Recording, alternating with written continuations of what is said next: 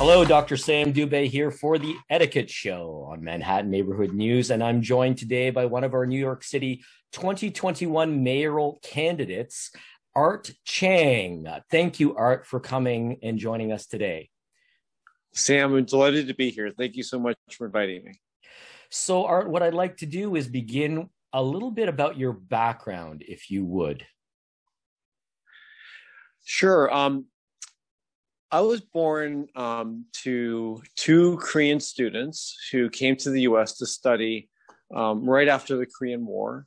I was born in 1963 in Jim Crow Atlanta, and I went at a time when Asian immigration was illegal, and I grew up in an all-white community in Ohio, where I faced discrimination on the street and domestic violence at home. And those really were very formative for me in terms of my perspectives on race and class and the equality of women. I eventually left Akron and was able to go to Yale, which was amazing. And probably not surprisingly, given this background, I became the second man to graduate with a women's studies degree from Yale in 1985. Wow, that's something. Now, you also have an MBA in finance. That's right. And you're a managing director for JP Morgan Chase. Correct. Yeah, I've had the privilege of having a very diverse career in lots of different areas. You know, when I was in college, I worked full time. So I started off teaching music, and then I worked in museum exhibit design and construction. Didn't pay enough. So I ended up working 40 to 60 hours a week in two jobs for the last 3 years of college. I worked in restaurants in the evenings and on the weekends, starting in the back of the house. I know every position in the kitchen. It's all the way to the front of the house, where I also know every position there. And then in between classes, I apprenticed in architecture firms. So when I graduated, I had actually a built project. When I moved to New York in 1985, I expected to work in architecture, but without a degree, it was a little bit of a challenge. Really struggled at the beginning. Ended up working in manufactured housing, and then I started my own design build firm. That failed. I went bankrupt, and then I ended up working for the city in the corporation counsel's office, hired for my construction and architecture knowledge, but that turned into a giant technology project. Can you tell us about that a little bit? Yeah, I was a manager for the city's discovery process for their cost recovery litigation against asbestos manufacturers. Right in 1990, right, there were thousands of city-owned buildings that had asbestos, and the city was suing the manufacturers for the cost of removing and replacing it. So it turned into a data project because figuring out which manufacturers made which products and where was a giant data problem. And the city at that point, in the law department, we were relying upon essentially terminal mainframe systems. Wow. And having come from startups before that, I knew that there was a faster, better way to do it that was more flexible. So I convinced my boss to buy me, a dozen PC XTs, and a license, a work group license. Remember work groups? A work group license to a database called DB2 Plus, and then relational databases had just come out. So I licensed a plugin called Alpha 4, and I set up and configured the entire system myself, largely working after hours, and then was able to move the most important data into this new system. And then we started being able to turn around to data requests on demand from the lawyers. Wow. And that was pretty amazing. You mentioned coming from startups. I think that's an understatement. I think it's mentioned somewhere that you were involved. You actually began 12 new small businesses. Yes. So that first one was the design build firm that failed. What were some of the others, Art?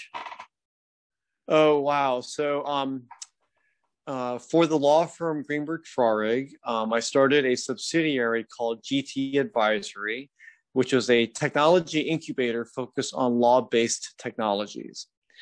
I left there to start my own incubator, Tipping Point Partners, which was another startup, which ran for 10 years. And I also created a broker-dealer to be able to do financing transactions through that, called Tipping Point Capital Partners.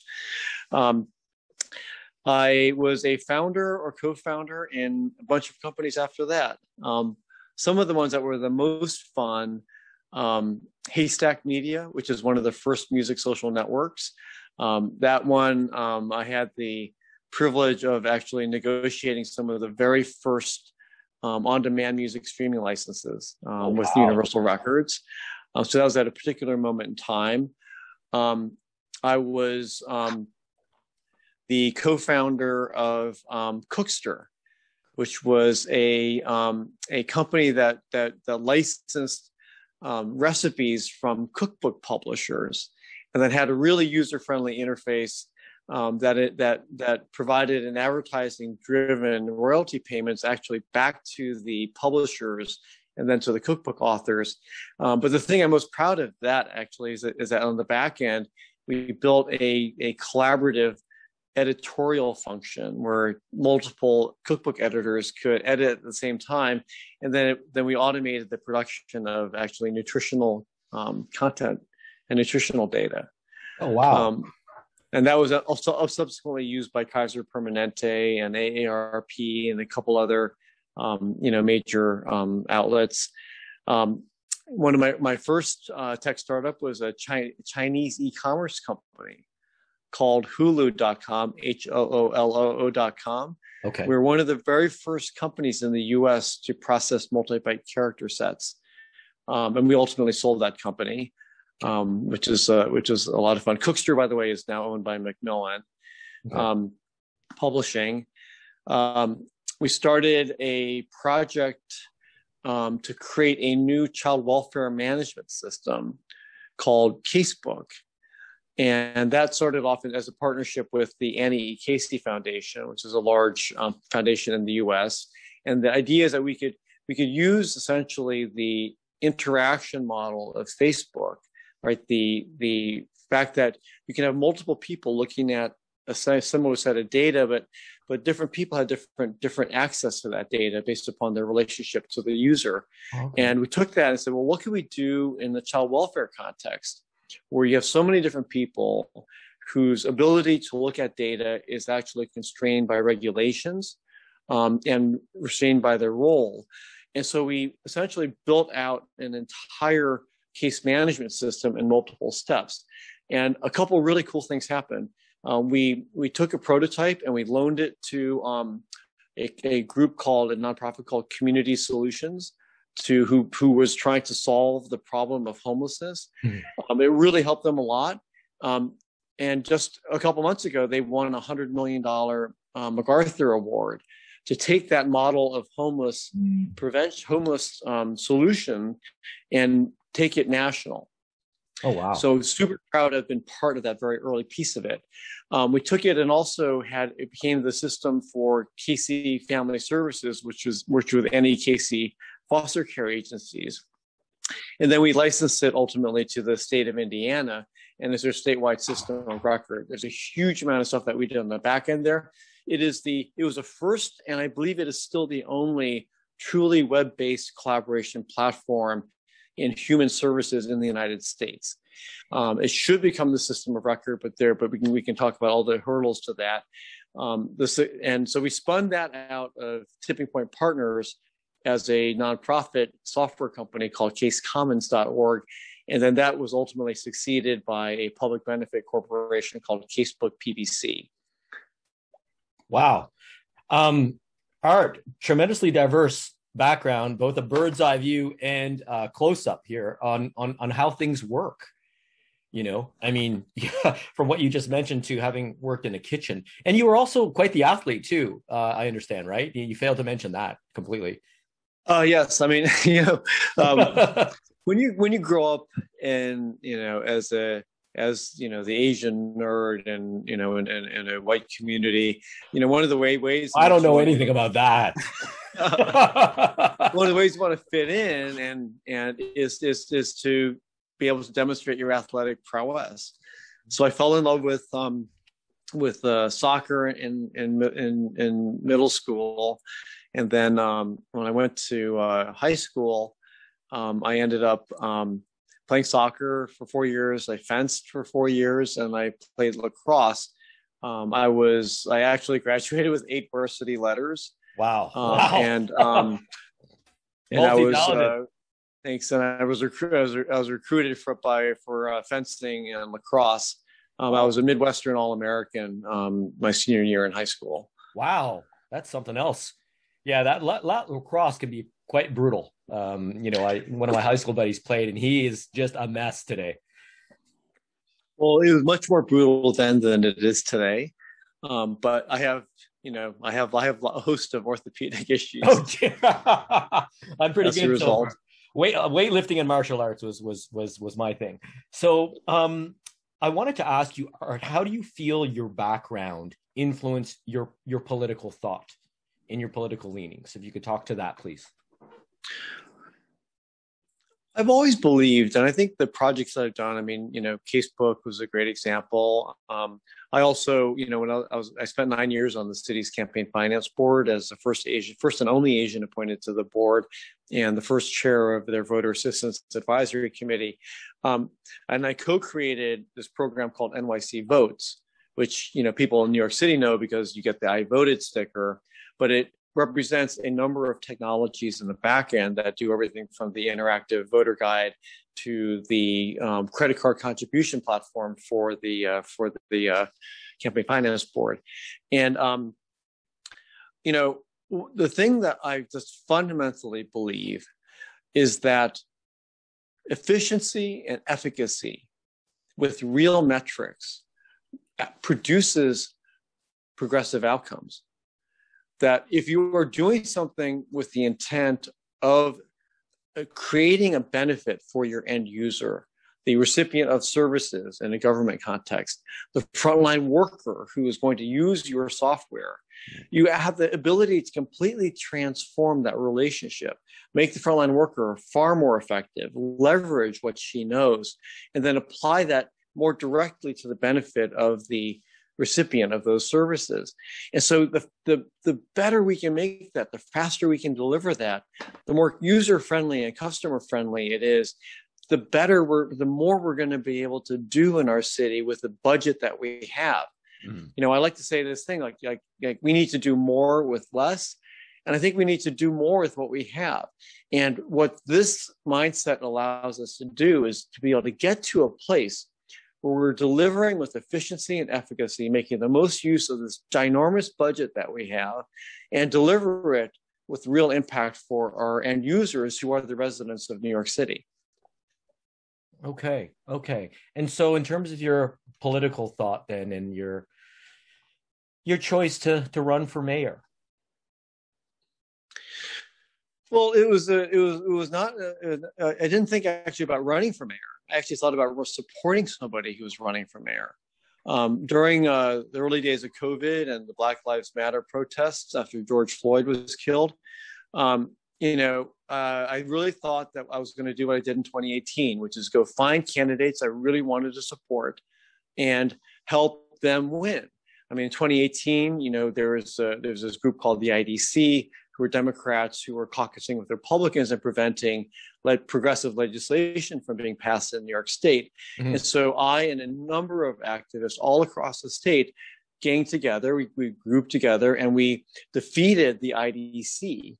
And then we also brought in a lot of other Democratic victories so that we could get a clear majority in the state legislature, which led to the supermajority of the 2020 election. So I thought that I was going to do something similar. So I find a candidate that I really wanted to support. Mm-hmm. And I had a very clear idea of what I wanted. Number one, I said, my experience with de Blasio says to me very clearly that I don't trust someone who spent their career as an elected official as the mayor of our city. Number two, I said that this person has to know the inner workings of the city government because it's so complicated. It's so hard to get anything done. So if you haven't done it before, you can't just delegate it. You can't just say, oh, I'm going to hire someone who's going to fix it. It doesn't work that way. You actually have to know because you have to be able to ask the right questions. And the third thing I said is that we need innovation in the city because we're not doing things well enough. We have to do a lot better. And so we need to be able to bring, the thinking of finance and technology and business to make the city run more efficiently. But we also need to be able to unify the interests of the private sector with the city government. So I wanted someone who had experience and relationships on both sides of the aisle and be able to bring all those people together. And so when I looked at the people who had announced that they were running and people who were considering running, I couldn't find anybody I wanted to support. And I just asked myself a question. Well, do you think you are more qualified based upon your criteria than the people who are running? And I said, yes. And so I went to some friends and they said, yes, you should run. And that's really what's happened. Well, your first component of being an elected official, you're definitely not, right? You I've never run for office before. Okay. Not since high school. All right. And what was that for? What were you in high school? This friend and I I think we were president or vice president of our class every year for 4 years. All right, so you got an early start there, just a little one. You got a taste. The third component where you spoke about knowing how the government. I mean, you have that in spades when you're talking about technology and the user experience and the interface with government. That is much as clear. The second component, though, where you mention you have to know how government works. You can't just delegate something. You got to know how to ask the right questions. Okay, can you elaborate on that statement for us? Because that superficially sounds a little scary, But can you explain that one a little bit more? It is scary, and it should be scary. I mean, the people of New York should be a lot more concerned about the way our government is structured and how it runs than they are, because they don't really see how the sausage gets made, and that's actually, I think, pretty accurate. And I'll use the education system as a great example. Okay. Over the past 8 years, the overhead and administration of the city's DOE has grown by 25%, and which has brought a lot of bureaucracy, which has really slowed the process of making decisions. It has actually impeded innovation. And you could see that and kind of know more clearly than when COVID hit and schools were paralyzed about what to do other than close. And with the frequent back and forth on the reopenings or lack of reopenings. But I was part of before COVID. I was a chair of the school leadership team at my younger son's school, Brooklyn Technical High School, which is considered one of the best schools in the country, public schools in the country. And we had a principal selection process that was supposed to be a collaboration between the parents, the teachers, and the department. And collaboration was a joke. It was a rigged process where the parents truly had no voice. And it was something that was set up to meet the requirements of the district superintendent, who was under direction to install some cronies of people who were higher up in the administration. And so it was a completely unfair, biased process that really impeded the best outcome on behalf of the best school in New York City for the smartest students. And our school deserved better. And it's and it's not just the smartest students, because the students, by the way, 60% of them are students who qualify for free school lunch. And half of those students, about 35% of the school's population, are Title I students. So if you want to take these students who have huge academic potential, and enable them to go far in life, well, you want to give them the best teaching and the best leadership. And we were impeded from doing that. Okay. Art, let's get a little more specific. Can you tell us what the central themes of your campaign and your platform are? I'll talk about two of them because I think they will give a good illustration. The first has to do with really the management structure of the city government, and which may seem so. The way that the Mayor de Blasio organizes his government is in silos, and then silos inside of silos, and so problems are all very fragmented, and solutions are being done in this place and in that place and this other place, and none of them is actually consistent. And the people, the residents, have to kind of deal with each thing issue by issue without looking at the big picture. Our problems are all actually interconnected. So my governing philosophy, which is a problem-solving philosophy, is that you look at the intersection of those problems and you come up with a single solution. Because if you can do that, and then you're addressing a number of problems that are all tied together. And one example, which is my main principal proposal, is to bring in universal childcare, which is free childcare from ages 1 through 4, available to every family in New York City in a center that should be no more than a 15-minute walk from each family, operating 8 a.m. to 6 p.m., 12 months a year. And, you look at what impact that would have. Number one, women have left the workforce in unprecedented numbers because of COVID and the need to take care of kids and family, right? So right now, the workforce employment level of women is where it was in 1989, which has set women back 30 years, right, in the space of a year. The second thing is that we want to level the playing field for kids, right? We always talk about equity, but equity actually begins in early childhood.